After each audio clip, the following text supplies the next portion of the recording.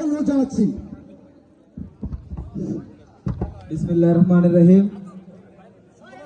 দেশ নায়ক তারেক রহমানের সহধর্মিনী ডক্টর জুবাইদা রহমান ক্রিকেট টুর্নামেন্টের আজকের এই ফাইনাল অনুষ্ঠানে আমাদের মাঝে উপস্থিত রয়েছেন গাজীপুর মহানগর যুব দলের যুগ্ম আহ্বায়ক সাবেক ছাত্রনেতা জনাব শেখ মোহাম্মদ সুমন। আমাদের মাঝে উপস্থিত রয়েছেন জাতীয়তাবাদী ছাত্রদল গাজীপুর মহানগর শাখার বিপ্লবী সাধারণ সম্পাদক জনাব মাহমুদুল হাসান মিরন সহ উপস্থিত যুবদল, স্বেচ্ছাসেবক দল এবং ছাত্র দলের নেতৃবৃন্দ সকলকে জানাই শুভেচ্ছা ও অভিনন্দন। সম্মানিত উপস্থিতি, আজকে যার নামে এই খেলার ফাইনালটি আয়োজিত হয়েছে, ডক্টর জুবাইদা রহমান দেশ নায়ক তারেক রহমানের সহধর্মিণী হওয়ার কারণে উনি একটি সম্ভ্রান্ত পরিবারের সন্তান। শুধুমাত্র দেশ নায়ক তারেক রহমানের সহধর্মিণী হওয়ার কারণে 17 বছর ফ্যাসিস্ট হাসিনার রোষানলে পড়ে তিনি দেশান্তরিত ছিলেন। দীর্ঘ 17 বছর উনি বাংলাদেশে আসতে পারে নাই, কারণ একটাই, তিনি দেশ নায়ক তারেক রহমানের স্ত্রী ছিলেন। তার কোনো অপরাধ ছিল না। উনি একজন স্বনামধন্য চিকিৎসক।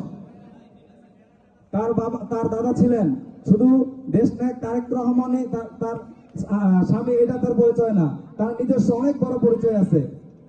তার দাদা ছিলেন আহমদ আলী খান, ভারতীয় উপমহাদেশের সর্বপ্রথম মুসলিম ব্যারিস্টার। তার বাবা ছিলেন রিয়াল অ্যাডমিরাল, বাংলাদেশ নৌবাহিনীর প্রধান ছিলেন মাহবুব আলী খান। তার চাচা ছিলেন বাংলাদেশের মুক্তিযুদ্ধের সর্বাধিনায়ক জনাব লেফটেন্যান্ট ওসমানী। একমাত্র তারেক রহমানের সহধর্মী হওয়ার কারণে তিনি দীর্ঘদিন দেশান্তরিত ছিলেন। তিনি আজ আমাদের দেশে তার প্রিয় মাতৃভূমিতে ফিরে এসেছেন। একমাত্র জিয়া পরিবারে কোনো পালানোর কোনো ইতিহাস নাই। শহীদ রাষ্ট্রপতি জিয়াউর রহমানের পালানোর ইতিহাস নাই। বেগম খালেদা জিয়ার পালানোর ইতিহাস নাই। দেশ নায়ক তারেক রহমানের পালানোর ইতিহাস নাই। জুবাইদা রহমানের পালানোর ইতিহাস নাই। কিন্তু ফ্যাসিস্ট হাসিনার পালানোর ইতিহাস কিন্তু অনেক। ফ্যাসিস্ট হাসিনা 5 তারিখের পরে কিন্তু তার পরিবারের, তার আত্মীয় স্বজনের কাউকে আমরা বাংলাদেশে পাইনি। আমরা পেয়েছি? একজন ব্যক্তিও কিন্তু ছিল না। তারা কিন্তু সবাই 5 তারিখের 5ই আগস্টের আগে পালিয়ে গিয়েছিল। তাই আমি বলবো, আমি আমার বক্তব্য দীর্ঘায়িত করব না।